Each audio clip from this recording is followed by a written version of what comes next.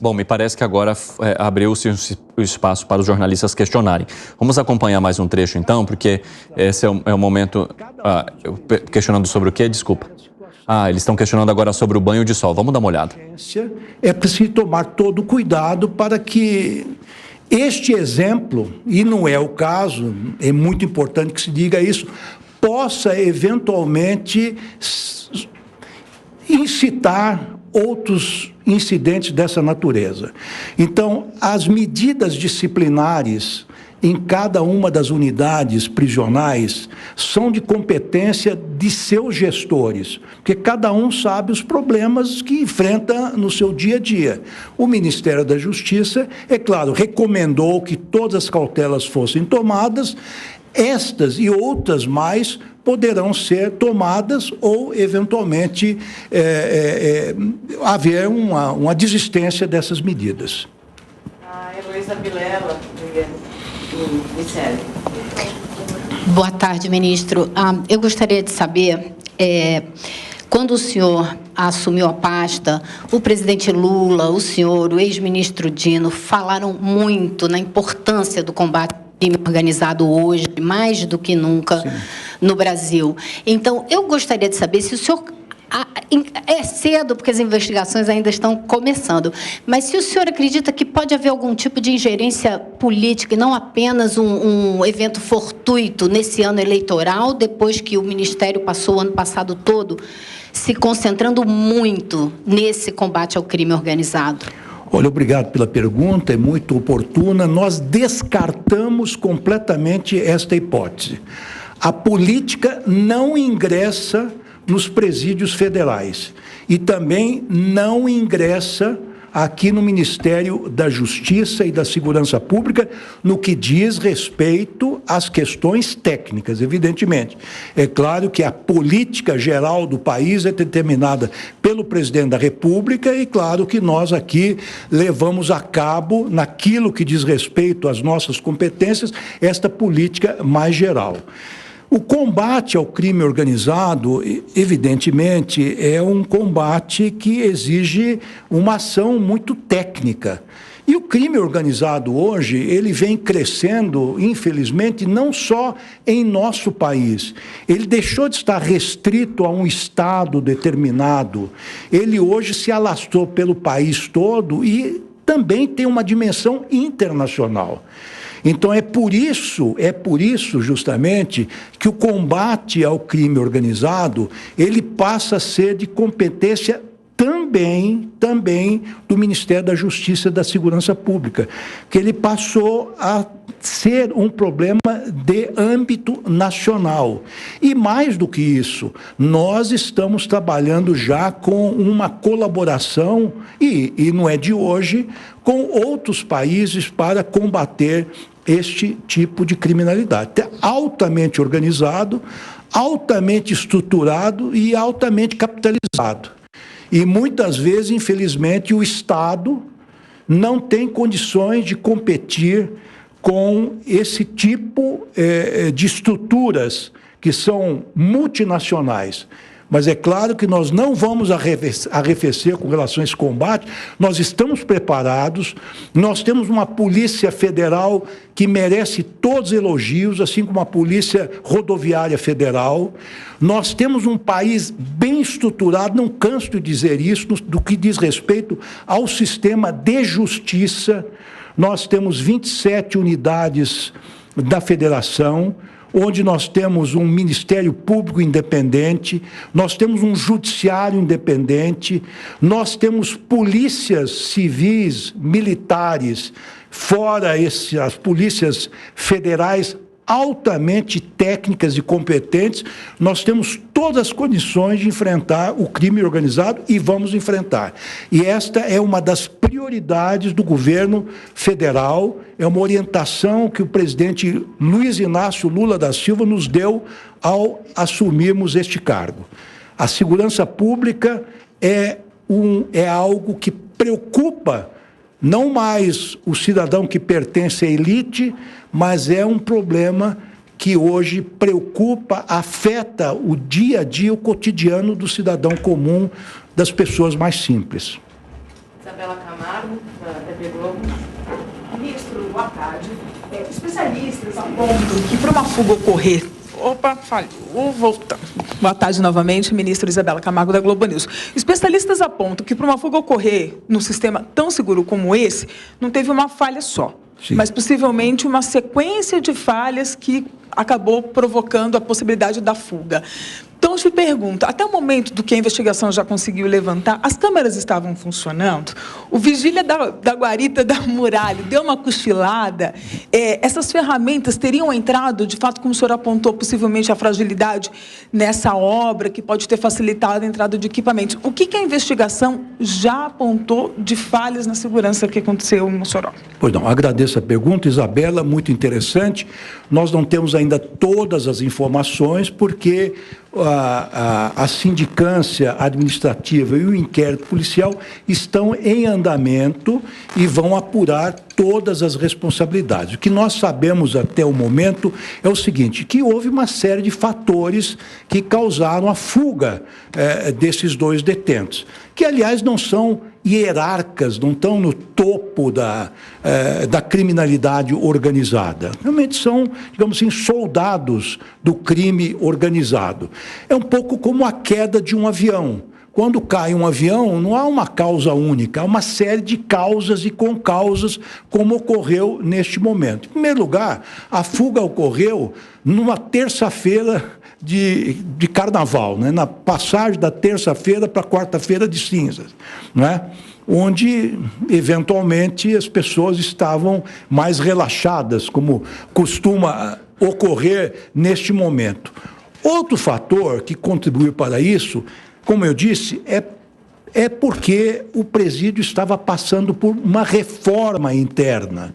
Quer dizer, várias instalações estavam sendo reformadas, então havia operários lá dentro da unidade prisional, ferramentas existiam lá dentro, né? Estavam, infelizmente, a informação que nós temos não estavam devidamente acondicionadas e trancadas, possivelmente estivessem espalhadas pelo presídio, ao alcance, então, das pessoas que realizaram esta fuga.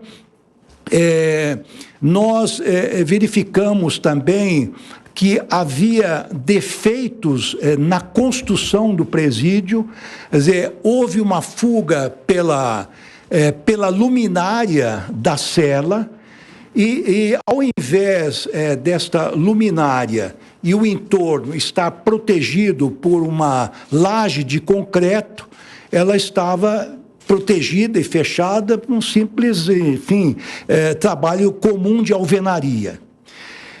Outro problema, isto diz respeito à própria técnica construtiva, ao próprio projeto, quer dizer, quando os detentos, os fugitivos, conseguiram sair pela luminária, eles entraram naquilo que se chama de shaft, aquele local onde se faz a manutenção do presídio, onde estão as máquinas, onde estão as tubulações, então está toda a fiação, e de lá conseguiram alcançar o teto do sistema prisional.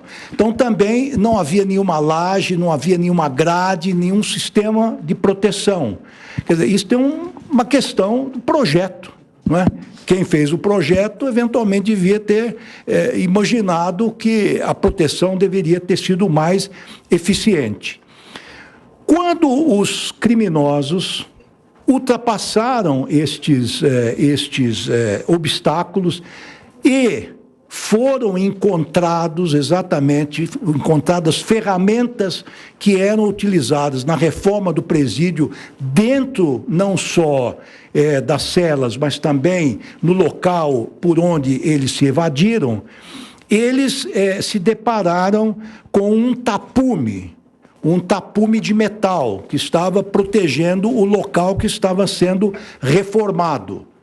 E este tapume pôde ser facilmente ultrapassado, fizeram uma brecha nesse tapume, ultrapassaram o tapume e depois, com alicate, aquele alicate que corta arames, cortaram as grades, enfim, que os separavam, digamos assim, do mundo exterior. Então, houve a utilização justamente das ferramentas que estavam sendo empregadas para a reforma das instalações. É verdade, e esse é um outro fator que contribuiu para que este evento ocorresse, algumas câmaras não estavam funcionando adequadamente. Assim também como algumas luzes, algumas lâmpadas, não é? Que poderiam eventualmente detectar uma fuga, não estavam funcionando adequadamente. Então, de quem é essa responsabilidade? Por que isto ocorreu? Isto será objeto justamente dessas investigações dos dois planos, no plano administrativo e no plano criminal. Então, veja, Isabela, é um conjunto de circunstâncias que favoreceu a fuga destes dois detentos. É por isso que nós, num primeiro momento, numa hipótese, não imaginamos que tenha sido algo orquestrado de fora, algo que tenha sido arquitetado com muito dinheiro, com muito custo, com veículos aguardando, enfim, os fugitivos, ou eventualmente, como já aconteceu no passado, com helicópteros. Foi uma fuga, diria eu, pelo menos num primeiro momento, que custou muito barato, que foi efetuado exatamente com aquilo que foi encontrado, enfim, no local e que estava, infelizmente, e vamos, insisto, apurar as responsabilidades, próximo daqueles que queriam efetuar essa fuga. A última pergunta agora da Raquel Lopes, da Folha de São Paulo.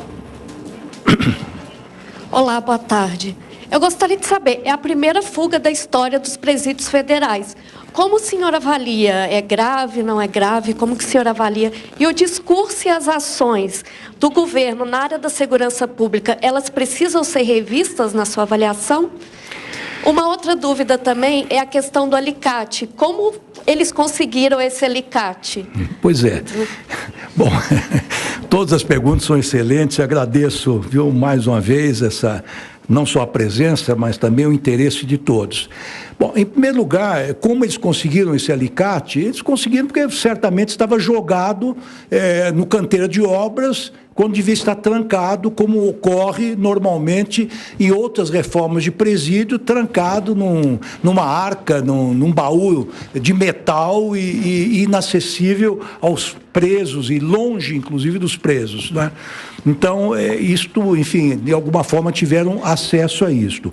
Eu considero realmente que a fuga dos dois detentos, ela é algo que não pode ser minimizada. É algo grave, sem dúvida nenhuma, é grave, mas, como eu disse, é uma fuga que se deu em razão de uma série de coincidências negativas, de casos fortuitos e, infelizmente, facilitaram a fuga desses dois detentos, desses dois criminosos. Mas eu quero aqui repetir, embora preocupante, isto não afeta a segurança dos presídios federais. Então, é um caso episódico, localizado, fortuito, vai ser corrigido e nós estamos envidando todos os esforços e acreditamos que os dois fugitivos serão recapturados num período muito breve. Com relação ao plano de segurança nacional, não é? A questão da segurança nacional, segurança pública, não é? A segurança nacional, evidentemente, é algo que está afeto ao Ministério da Defesa, ao nosso querido colega José Múcio, que nós trabalhamos com a segurança pública. Todos nós sabemos que nós vivemos num Estado federal, não é? Logo, o artigo 1º da Constituição diz: o Brasil é um Estado federal. O que significa isso? Que nós temos aqui, além da União, nós temos 27 unidades federativas, estados, membros, e mais 5.600 e poucos municípios, cada qual com uma autonomia constitucional. Pela nossa Constituição, a segurança pública compete compete aos estados, a Polícia Civil e a Polícia Militar. E a Guarda Municipal compete à proteção dos próprios municipais, dos edifícios pertencentes à prefeitura, dos parques, das creches, enfim, das escolas locais. Então, a União, ela compete à segurança pública quando ela afeta, diz respeito ao país como um todo, quando ela tem uma dimensão nacional. Então, todas as ações relativas à segurança pública no Estado federal como o nosso, em que as autonomias dos entes federados, 27 unidades federadas chamadas estados, e mais os municípios, precisa ser concertada, precisa ser combinada. Então, não há nenhuma hipótese e nós não temos competência, quando digo nós, a União, o governo federal, de estabelecer regras compulsórias para que estados e municípios observem certas ações ou certas disciplinas. Isso precisa ser tudo combinado, então, caso a caso, e esta é uma política que nós vamos agora... não vou desenvolver a partir do início, porque isso já foi tentado, está sendo tentado. Nós vamos reforçar os laços entre a União, estados e municípios no que diz respeito à segurança pública. Não só no que diz respeito à prevenção e repressão dos crimes, é que nós, da União, temos autoridade para determinar... Bom, acho que já acompanhamos um trecho importante aí do ministro. Essa é a última resposta que ele vai dar antes de encerrar a coletiva.